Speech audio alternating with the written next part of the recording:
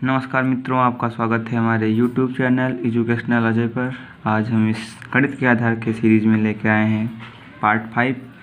अभी तक हम लोगों ने पढ़ा था चरों का गुणा भाग, जब चर संख्याओं का गुणा भाग चर संख्याओं का जोड़ घटाना। अब हम इस पार्ट में पढ़ेंगे चरों का गुणा और भाग। सबसे पहले सीखते हैं गुणा और भाग सीखने के लिए हमने सबसे पहले बताया था कि समान चर व असमान चर की पहचान होनी ज़रूरी है, तो वो हम बता चुके हैं पार्ट नंबर 4 में। शुरू करते हैं अपना पार्ट नंबर 5। जब दो या दो से अधिक समान चरों की गुणा करनी होती है, दो या दो से अधिक समान चरों की गुणा घात में परिवर्तित हो जाती है। जैसे कि अगर x और x समान चर है, इसकी गुणा करनी है तो 1 2 कितनी है, घात में चेंज हो जाएगी, 2 घात हो जाएगी। समान चर होगी तो घात में चेंज हो जाएगी। p गुणे p, p की घात 3 हो गई। 3 बार लिखा है तो 3 हो गई। ये y 4 बार लिखा है गुणे में तो y की घात 4 हो गई। इसी प्रकार कह सकते हैं कि दो या दो से अधिक चरों की घात गुणा करने पर घात में चेंज हो जाती है। ठीक है, समझ गए। पॉइंट नंबर 22, इसमें कह रहा है कि दो या दो से अधिक असमान चरों की गुणा निम्न प्रकार से की जाती है। जब असमान चर होते हैं, जैसे कि कह सकते हैं एक्स वाई जेड तीनों असमान चर हैं, तो इसकी गुणा किस प्रकार लिखते हैं, एक्स वाई जेड, डॉट बीच में लगा देते हैं X Y Z. P R S की गुणा करनी है तो पी आर एस ऐसे लिख देंगे, डॉट लगा देंगे बीच में, इंटू कहते हैं इसको। पी स्क्वायर और एक्स स्क्वायर की गुणा करनी है तो पी स्क्वायर एक्स स्क्वायर लिख दिया। इस प्रकार इसलिए लिखा है क्योंकि ये असमान चर है। अगर समान चर होते तो घात में परिवर्तित हो जाते ऊपर वाले पॉइंट के अकॉर्डिंग।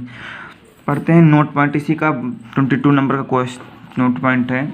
इसमें जब दो या दो से अधिक चरों की मध्य कोई चिन्ह ना लगा, दो हों चर, जैसे कह सकते हैं कि चर है हमारा एक्स वाई, ये लिख दिया गया। दो चर इनके बीच कोई चिन्ह ना लगा हो तो इनके बीच, दोनों के बीच गुणे का चिन्ह माना जाता है। नोट पॉइंट यही करता है कि जब दो या दो से अधिक चरों के मध्य कोई चिन्ह ना लगा हो तो चिन्ह गुणा क्या माना जाता है। समझ गए। चर का भाग, अब पढ़ते हैं चर का भाग। चर संख्याओं का भाग कैसे करते हैं, भाग पर कुछ पॉइंट हैं वो पढ़ेंगे कि चर संख्याओं का भाग। पॉइंट नंबर 23 है, दो समान चर राशियों का भाग किया जा सकता है। दो समान चर राशियों का भाग किस प्रकार किया जा सकता है, आइए देखते हैं। जैसे कि 2p स्क्वायर बटे p ये है, तो इसका भाग ही करना है हमको, तो इस प्रकार किया जा सकता है कि यहाँ पे घात इसकी 1 है, और ये 1 घात और ये इसमें -1 हो जाएगी 1, तो 2p बचेगा, क्योंकि p से ये कट जाएगा, 2p बचेगा। इसी प्रकार ये कह सकते हैं यहाँ पे k और k कट जाएगा, 3 बचेगा हमारा। इसी प्रकार ये भाग कैसे करते हैं, यहाँ 2 घात है, यहाँ 3 है, तो 3 में से 2 घट जाएगी तो क्या कितनी बचेगी, 3y की घात 1, यही तो बचेगा। इसको क्या लिख सकते हैं, 3y, यही हमारा इसका आंसर हो जाएगा। इसी क्रम को आगे बढ़ाते हुए पॉइंट नंबर 24 देखते हैं। इसमें कह रहा है दो असमान चरों का भाग हम भाग चिन्ह या बटे से दर्शाते हैं। दो असमान चर हों, उनका भाग करना हो तो हम किस प्रकार दिखाते हैं, जैसे x भाग y, x से हमको y को भाग करना है तो x भाग y इस प्रकार दिखाते हैं, या कि इसको और दिखा सकते हैं, या x बटे y इस प्रकार दिखा सकते हैं। इसी प्रकार एग्जाम्पल नंबर 2 है कि पी क्यूब भाग एन स्क्वायर, इसको भी किस प्रकार दिखा सकते हैं, पी क्यूब भाग एन स्क्वायर ये दिखा सकते हैं, या क्या दिखा सकते हैं, पी क्यूब बटे एन स्क्वायर ये भी दिखा सकते हैं। इसका भी एक नोट पॉइंट है, आप लोग देख लीजिए। जब चर की घात कुछ ना हो तो उसकी घात 1 मानी जाती है। हमने बताया था कि जब जैसे p लिखा हुआ केवल, तो p की घात कुछ भी नहीं है तो p की घात क्या मानी जाएगी, 1। क्यों लिखा है, कुछ घात नहीं, उसकी घात 1 मानी जाएगी। इसी प्रकार कोई भी चर हो, उसकी घात जब कोई ना लिखी हो तो उसकी घात हमेशा 1 मानी जाती है। ये नोट पॉइंट का सेकंड है कि जब चर की गुणा में कुछ ना हो, जैसे कि केवल x लिखा है हमारा, y लिखा है, चर है, इसकी गुणा में तो कुछ लिखा नहीं है, गुणा में कुछ नहीं लिखा तो गुणे में क्या माना जाता है, 1। अगर किसी भी चर के गुणे में कुछ नहीं लिखा है तो उसका गुणे में 1 माना जाता है। और ये क्या कह रहा है कि घात में कुछ नहीं है तो घात में 1 माना जाता है। तो आप लोग सही समझ गए होंगे। हम अगले पॉइंट की तरफ बढ़ते हैं। पॉइंट नंबर 25, इसमें गुणा करते समय समान चरों की घातें जुड़ जाती हैं। अगर गुणा कर रहे हैं हम और समान चरों की घात, जैसे कि एक्स स्क्वायर गुणे एक्स क्यूब है तो घातें जुड़ जाएंगी। गुणा क्या होगी, एक्स की घात 2 और 3, 2 + 3 क्या होगा x की घात 5, इसकी गुणा ये आएगी। गुणा करते समय समान, ये याद रखना, समान चरों की घातें जुड़ेंगी, असमान चरों की घातें नहीं जुड़ेंगी। इसी प्रकार z भी समान चर है, तो क्या कह सकते हैं, z की पावर 3, इसका आंसर क्या होगा, z की पावर 3। इसी प्रकार कह सकते हैं, अगला एग्जाम्पल है, इसमें थोड़ा समझ लीजिएगा आप। x की पावर a गुणे x की पावर b, दोनों समान चर हैं, तो क्या कह सकते हैं, x की पावर a प्लस b। अब a और b है हमारे कांस्टेंट यहाँ इस क्वेश्चन में, लेकिन इसका निश्चित मान नहीं है, तो इसको इसी प्रकार लिखेंगे। तो आशा करते हैं कि ये भी आपको समझ में आया होगा। तो हम बढ़ते हैं अपने अगले पॉइंट नंबर।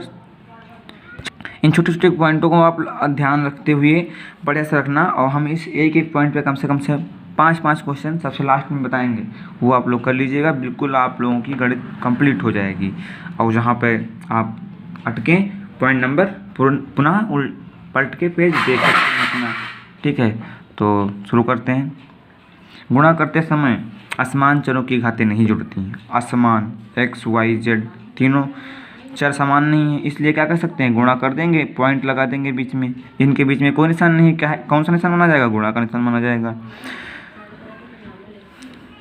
27 क्या कह रहा है, भाग करते समय समान चरों की घातें घट जाती हैं। हाँ, भाग करते समय गुणा कर, अब तक गुणा किया, अब भाग के देख लीजिए। अगर हम समान चरों की भाग करते हैं, p की पावर 9 बटे p की 5, तो क्या होगा, p की पावर 5 9 माइनस 5, जो कि हम लोग पीछे भी देख चुके हैं। p की पावर 9 माइनस 5 क्या होगा, p की पावर 4, इसका आंसर हो जाएगा p की पावर 4।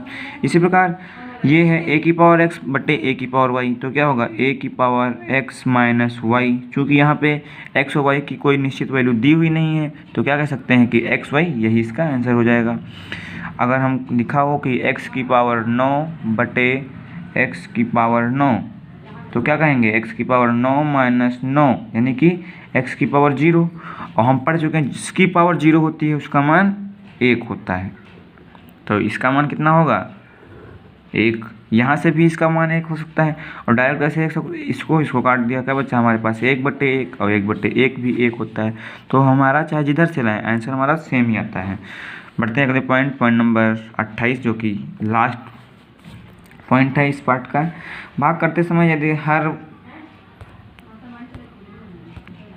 हम भाग करते हैं हर, ये पॉइंट सही समझ लीजिए, भाग करते समय यदि हर वाले चर को गुणा के रूप में लिखेंगे, तो हर वाले चर की घात का चिन्ह विपरीत हो जाता है। जैसे कि हर वाला जो ये है, हर वाला चर अगर हम भाग के रूप में लिखा हुआ है p की पावर 9 बटे x की पावर 9, इसको गुणे के रूप में लिखेंगे तो क्या होगा कि p की पावर 9 गुणे के रूप में लिखेंगे, तो नीचे वाली जो घात है उसका चिन्ह विपरीत हो जाता है, यही कह रहा है। इसी प्रकार ये भी कह सकते हैं 2y स्क्वायर अपान x की पावर a, इसको भी 2y स्क्वायर गुणे x की पावर, यहाँ प्लस a है तो विपरीत हो जाएगा, माइनस का a हो जाएगा।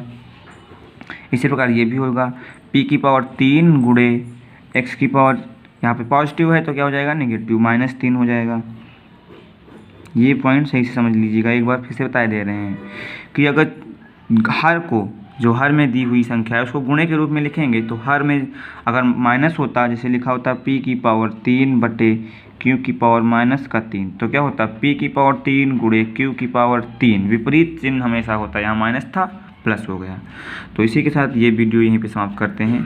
अगले पार्ट में मिलेंगे, हम कुछ अलग चीज़ सीखेंगे, ऑपरेशन सीखेंगे। तब तक के लिए धन्यवाद।